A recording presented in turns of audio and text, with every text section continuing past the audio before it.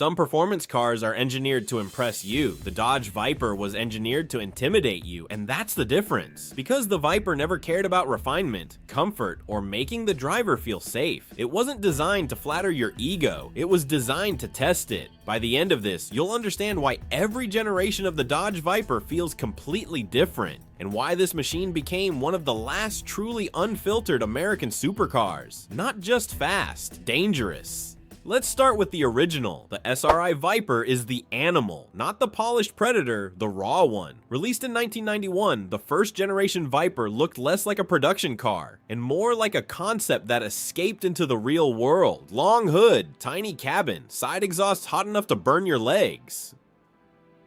And under that hood, an 8.0 liter V10, not turbocharged, not assisted, just displacement and violence. But here's the thing, the numbers alone don't explain how insane this car felt. Because the original Viper had no traction control, no ABS, no stability management, no exterior door handles, and not even real windows. This thing barely qualified as civilized transportation. It existed for one reason, to bring raw American brutality back into the automotive world. And the impact? People were shocked that something this aggressive could legally exist, a subtle detail enthusiasts love. Lamborghini helped develop the aluminum V10, while Chrysler owned the company. Which explains why the engine felt so unusually exotic for an American car. But the contrast is what made the Viper legendary. It looked almost cartoonishly aggressive. Yet underneath, it demanded genuine respect. One wrong input in a corner could punish you instantly. It didn't protect bad drivers, it exposed them. The SR2 is the fighter. Sharper, faster, meaner. This is where the Viper stopped being an experiment and became a weapon. The design evolved. More aggressive curves, cleaner aerodynamics, improved chassis rigidity. And then came the GTS. Blue paint, white stripes. One of the most iconic silhouettes America has ever produced. But here's the hidden truth. The second generation Viper is the moment the car became emotionally untouchable. Because it wasn't just fast. It felt mechanical in a way modern cars rarely do anymore. The steering was heavy. The clutch demanded effort. The cabin cooked you alive. Everything about it reminded you that you were operating something serious. It existed to turn fear into excitement. And the impact? The Viper became a poster car for an entire generation. A nuance many people forget. Despite having massive power, the Viper still relied heavily on driver skill because the electronics remained minimal. This wasn't a car that made you look talented. You had to earn every fast lap, and that's exactly why enthusiasts fell in love with it. The ZBI Viper is the bodybuilder. Huge power, huge presence, huge confidence. By the early 2000s, performance cars were becoming more refined, more digital, more controlled. The Viper responded by becoming even more absurd. An 8.3-liter V10, then later, 8.4 liters, massive torque, massive rear tires, massive attitude. But here's the contradiction. Despite the monstrous engine, this generation started becoming more usable. The interior improved, the chassis became more predictable.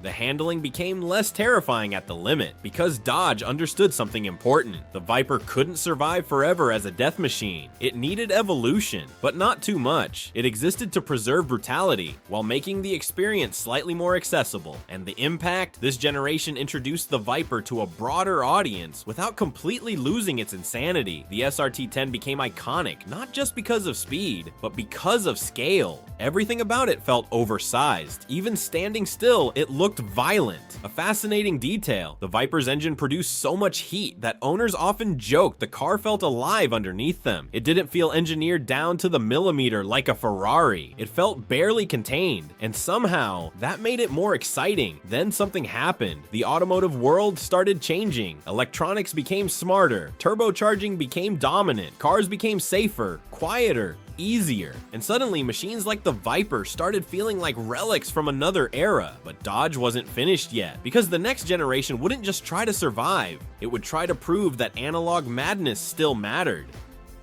The ZB2 ACR is the apex predator, not the fastest Viper in a straight line. The most focused. This is where the Viper stopped trying to scare people with brute force alone, and started humiliating cars that should have been untouchable. Ferraris, Lamborghinis. Porsches. Track-built European machines suddenly had a problem from Detroit, and that problem had a giant V10. The ACR, American Club Racer, wasn't subtle about its purpose. Massive rear wing, front splitter, aggressive aero everywhere. But here's the twist. Underneath all the aggression, the formula was still primitive compared to its rivals. No dual clutch transmission, no advanced driver aid saving you, no artificial intelligence correcting mistakes, just a manual gearbox and consequences. It existed to prove that raw mechanical grip and driver commitment could still compete against technological perfection, and the impact. The Viper started setting terrifying lap times around the world, a detail enthusiasts still obsess over. The Viper ACR held Nürburgring records while feeling dramatically more analog than the cars it competed against. That's what made it special. It wasn't surgical like a Porsche GT3. It felt violent. Every input felt heavy. Every correction mattered. It didn't flatter you with confidence. It forced you to focus.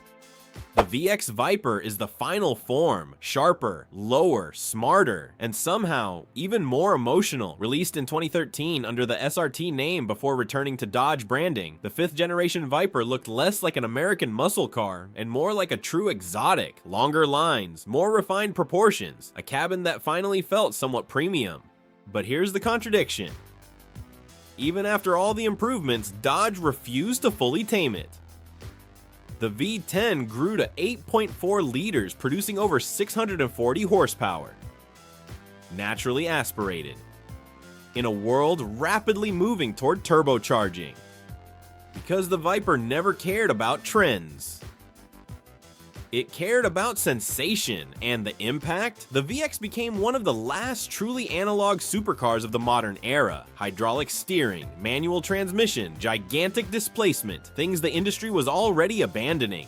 A nuance only enthusiasts really understand. The VX Viper feels more intimidating than many faster modern supercars because nothing filters the experience. You feel the chassis move. You feel the rear tires fight for traction. You feel the engine's vibrations through the entire cabin. It doesn't isolate you from the machine. It connects you directly to it. And then came the ACR version. This is where the Viper reached its final evolution. Extreme aero, extreme grip, extreme presence. The rear wing looked almost absurd, but it wasn't for show. At high speed, the ACR generated enormous downforce, transforming the Viper from a brute force monster into a terrifyingly capable track weapon, and yet it still felt dangerous. That's the magic of the Viper. Even at its most advanced, it never lost the sense that things could go wrong. A lot of modern performance cars feel engineered to reassure you. The Viper never did. It reminded you that speed is supposed to feel intimidating.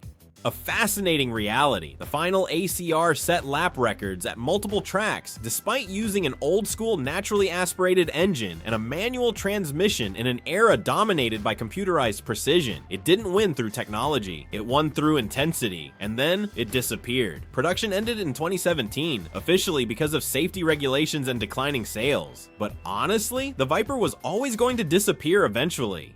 Because machines like this don't survive in modern automotive culture, today's performance cars are smarter, safer, easier, more efficient. The Viper was none of those things. It was emotional, unreasonable, excessive, and that's exactly why people still worship it. When you step back and look at every generation, you realize something deeper. The Viper was never trying to be perfect. It was trying to make you feel something. Fear, adrenaline, respect. Every generation evolved differently, but they all carried the same core philosophy: massive engine, rear-wheel drive, manual transmission, no apologies. And maybe that's why the Viper matters so much now, because it represents the end of an era when performance cars still felt wild, before algorithms, before digital filters, before computers started deciding how much emotion you were allowed to experience. The Dodge Viper wasn't built to make driving easier. It was built to make driving unforgettable, and once you understand that, you stop comparing it to other cars, because the Viper was never trying to compete. It was trying to survive as the last truly untamed supercar, and honestly, it might have been the last one. And maybe that's why cars like the Viper still matter, because in a world where everything is becoming quieter, safer, and more artificial, the Viper reminded us what driving used to feel like: raw, imperfect, alive. So now I want to know, which generation would you actually drive? The brutal SRI? The iconic GTS? or the final ACR monster? And more importantly, do you think cars like this will ever exist again? If you enjoyed this video, subscribe for more deep dives into the machines that shaped car culture. Because here, we don't just explain cars, we explain why they matter.